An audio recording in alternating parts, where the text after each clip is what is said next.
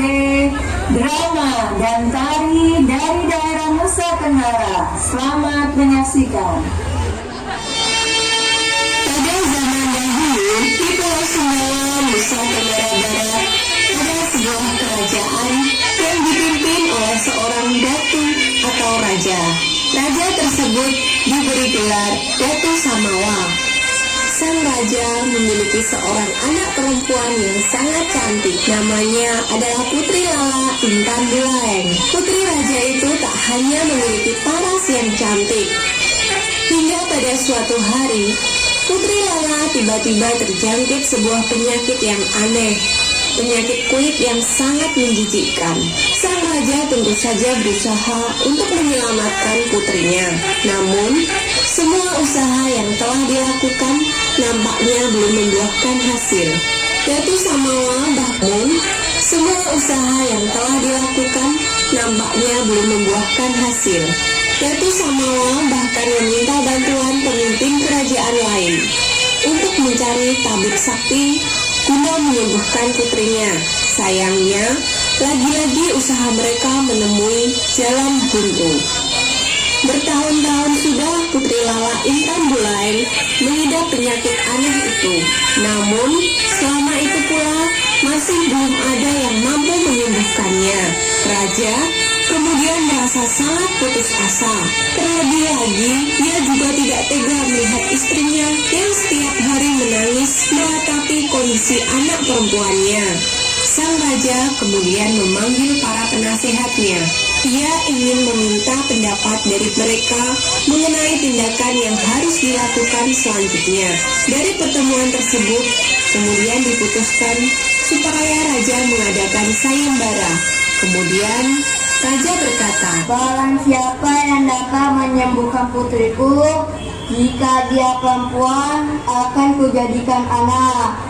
Jika dia laki-laki, akan kujadikan menantu." Raja kemudian menyebar untuk membagikan perihal sayembara itu.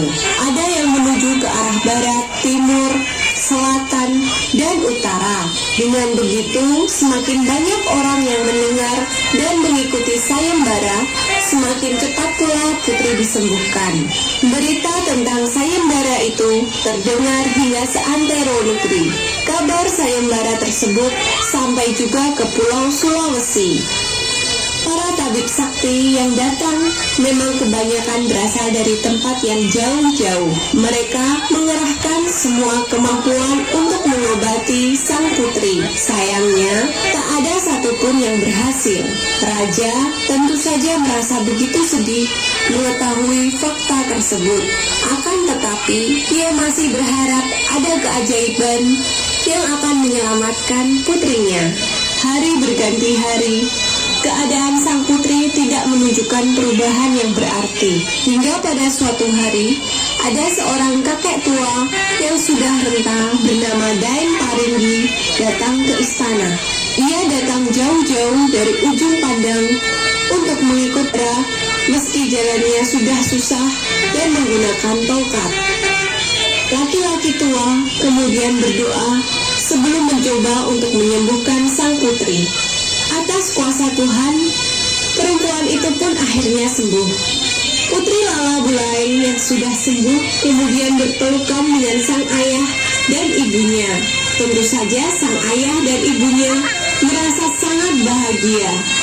Sesuai dengan perjanjian, seharusnya Datu Samawa menjadikan Daeng Paringgi sebagai menantunya. Namun, melihat fisik sang tabib yang sudah begitu tua, sang raja tentu saja tidak tega jika putri cantiknya menikah dengan lelaki itu. Ia lalu berubah pikiran. Katanya, "Sebagai rasa terima kasihku karena telah menyembuhkan putriku, maka sekarang aku akan memberikanmu hadiah yang sangat banyak. Jika Daeng menginginkan uang, maka aku akan memberikannya. Jangankan uang, emas, permata, atau harta apapun itu akan aku berikan." mendengar hal tersebut, tentu saja Daeng Paringgi merasa kecewa. Ia sedih karena tiba-tiba sang raja mengingkari janjinya. Dengan sopan, Laki-laki tua itu menolak hadiah yang diberikan oleh sang raja. Ia lalu berjalan keluar meninggalkan istana. Di lain sisi, Putri Lala Bulaeng merasa iba setelah melihat wajah sedih Daeng Paringgi saat keluar istana. Ia kemudian ke ujung Tanjung. Dari jarak yang tidak begitu jauh, sang putri melihat Daeng Paringgi menuju ke sampannya. Saat itu juga keajaiban pun terjadi. Kakek tua yang renta tersebut sudah menjadi seorang pemuda yang begitu tampan dan gagah. Seketika itu, Putri Lala Bulaeng merasa jatuh cinta. Wanita muda itu lalu menghampiri sang pemuda. Katanya, Apakah benar Tuan adalah kakek tua yang mengobatiku tadi? Iya benar Putri. Kakek tua tadi adalah perwujudan hamba. Nama hamba yang sebenarnya adalah Zainal Abidin. Hamba berasal dari kerajaan Goa. sang putri kemudian mengangguk dan berkata, Tuan, mari menghadap ayahanda bersama-sama. Tuanlah yang seharusnya menjadi suamiku, sesuai dengan sayembara yang telah diucapkan ayahandaku. akan tetapi usulan Putri Lala Bulaeng itu tidak disetujui oleh sang pemuda. Maafkan hamba Putri, namun hamba tidak bisa kembali ke istana lagi. Hamba tidak memiliki keberanian untuk menghadap karena siapalah hamba ini yang hanya datang dari pulau seberang. Siapapun Tuan, dan dari mana datangnya? Apabila pandai membawa diri dan elok menempatkan sikap, maka akan menjadi saudara sejiwa. Jika Tuan tetap tidak bersedia, maka saya akan tetap berada di sini.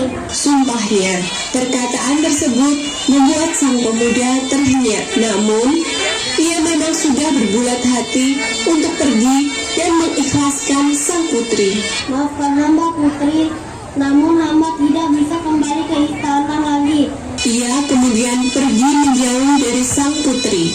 Putri Lala Intan Bulaeng merasa sangat sedih. Ia pun menangis sejadi-jadinya. Tanpa sadar, sang putri berlari mengejar pujaan hatinya hingga sampai ke tengah laut. Sejak saat itu, tempat itu kemudian diberi nama Tanjung Menangis.